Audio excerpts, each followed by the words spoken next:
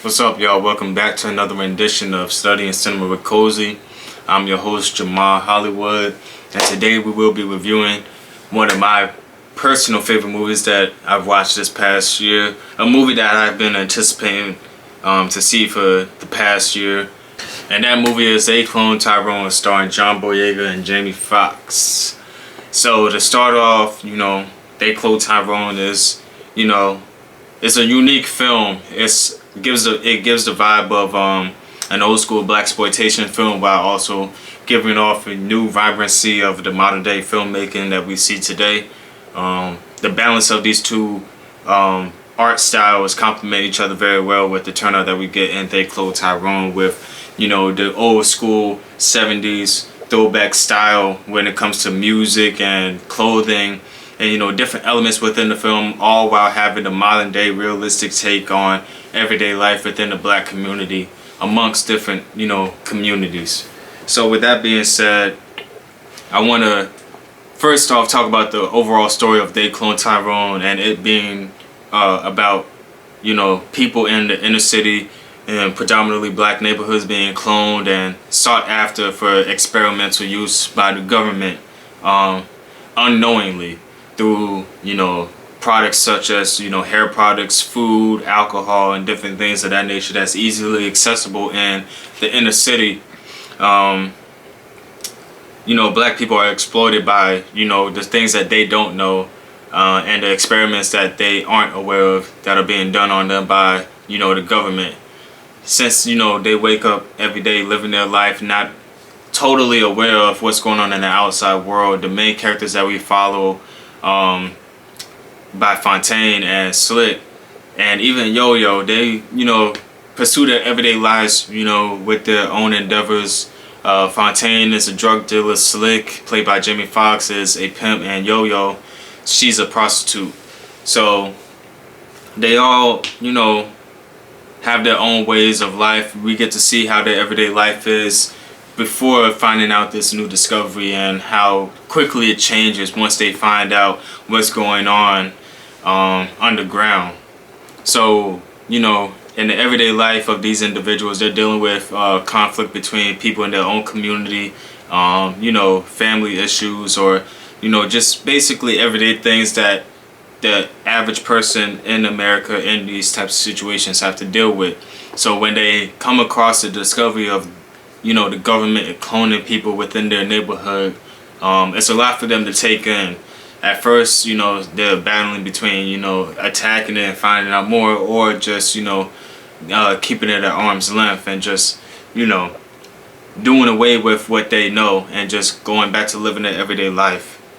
Since there is a lot of risk in pursuing something like this with government surveillance and people tracking them down and trying to get them in check. There are a lot of elements that they have to balance and plan in a strategic way of taking this whole thing down. So throughout this film we get to see these three main characters figure out different clues and go through different situations and scenarios where we see them interacting with people that are under their gaze or under basically mind control that these people underground are experimental with, whether it's people that they see at the club or people that they see at a fast food restaurant. They see how the different elements in the neighborhood through food and music and just everyday culture is consuming the minds of their peers around them, and how it can instantly switch them into acting a certain way or just following a certain agenda. With that being said, they eventually take forth and pursuing the plan of taking the whole thing down, and with that we get the ride that the movie Cloned Tyrone takes us on. And within this ride there's a lot of things to enjoy. There's a lot of comedy, drama, action, and every element within this film that's being used is used in a proper way that entertains the viewers and is not oversaturated. I feel like with this movie being a blend of the old school blaxploitation films such as Foxy Brown, The Mac, or even Willie Dynamite, or even more modern day blaxploitation films like Black Dynamite, mixing that element of black film, and also combining it with, you know, the modern day cinematography that we are used to today, it gives a fresh new take on what black film could look like under, you know, a different limelight that we're used to. Because a lot of movies that we see under, you know, black cinema or under the black light today are, you know, either real drama based or oversaturated with comedy and kind of exploit us in a negative light through comedy or through drama. I feel like this movie specifically, They Cloned Tyrone, is a good balance of showing the everyday things that black individuals deal with that we are exploited by, but also not using those same characteristics and those same archetypes to exploit us within the film, but using those characteristics to, you know, push a message that's bigger than what the viewer is, you know, grasping at the moment. And that message is, you know, everybody is a clone at the end of the day that are in these situations. At the end of the film, at the very end of the film, we see an actual character named Tyrone, which is another clone of the main character Fontaine, and it all comes full circle. I feel like the movie is telling us that, you know, black individuals in these situations across America are the clones that, you know, we form conspiracy theories about. Everybody's living somewhat of the same life of, you know, waking up every day, you know, handling their business in their city, in the inner city, whether it be drug dealing, you know, pimping, prostituting, or any type of hustle. And, you know, the same routine goes for many people across the nation that are in these situations, whether it be going to the liquor store at a certain hour or chilling with the homies at a certain hour. Everything has its own cycle, and it's all across America within these black communities.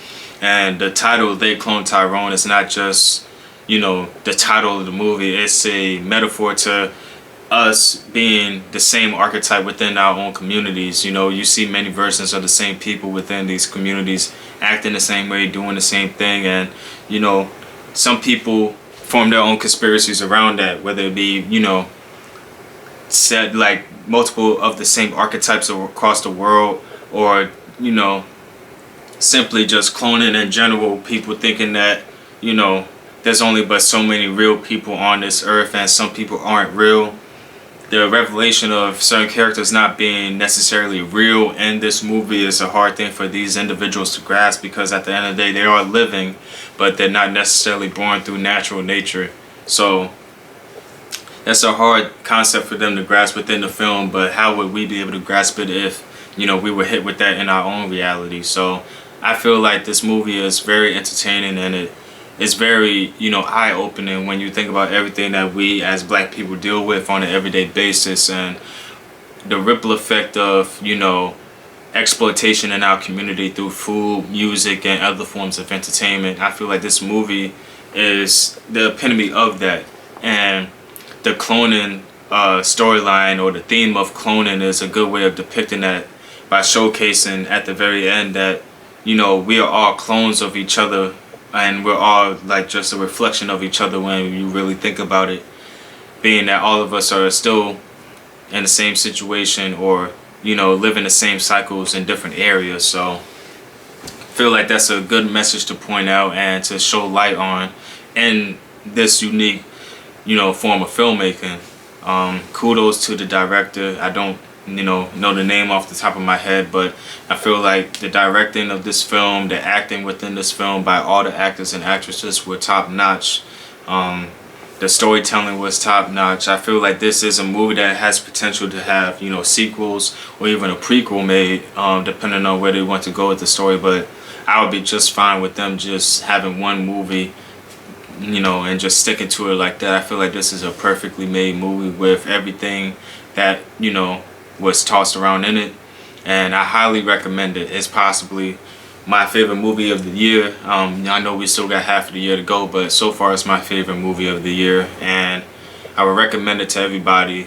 If you're a fan of blaxploitation films, or just, you know, black films in general, this is one of the better ones that I have seen in quite a while. So Yeah, highly recommended. Shout out to all the actors and everybody that was involved. I want to thank you all for watching this episode of Cozy Studying Cinema with Cozy. And be sure to tune into the next episode. We're going to be coming out with these on a consistent basis. So comment below what movie you guys want to see next. Like and subscribe and stay cozy.